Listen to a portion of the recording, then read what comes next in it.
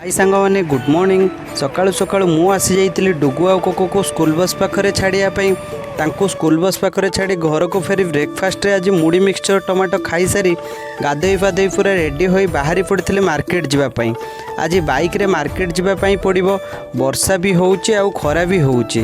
घर को फेरी lunch complete करी मु टिके रेस्ट नेइतिली। ऊपर ओली पिला मानक सह आसी जाइतिली पड़िया को क्रिकेट खेलिया पई। आज आमर मैच पड़ीथिला जो मैच रे ओपोनेंट टीम 8 ओवर रे 106 रन रो टार्गेट आमको देइतिले, किंतु मोर खराब बैटिंग द्वारा आमे ए मैच टी को हारी जाइतिलु। मैच हारी मन दुखरे घर को फेरीतिली। इवनिंग रे पुणी रेडी होई आसी जाइतिली मैडम को घर। तापरे मैडम आ सार को सांगरे धरी मु आसी पहुंची जाइतिली सत्संग केन्द्र पाखरे। प्रवचन सरिबा परे लास्ट रे ठाकुरंकर आळती होइताई। एही समय रे जणे भाई राधा बेशरे बहुत सुंदर भाव रे डांस करुतिले। मो वीडियो भल लागुतिले लाइक शेयर सब्सक्राइब करिवे। रहुची जय जगन्नाथ।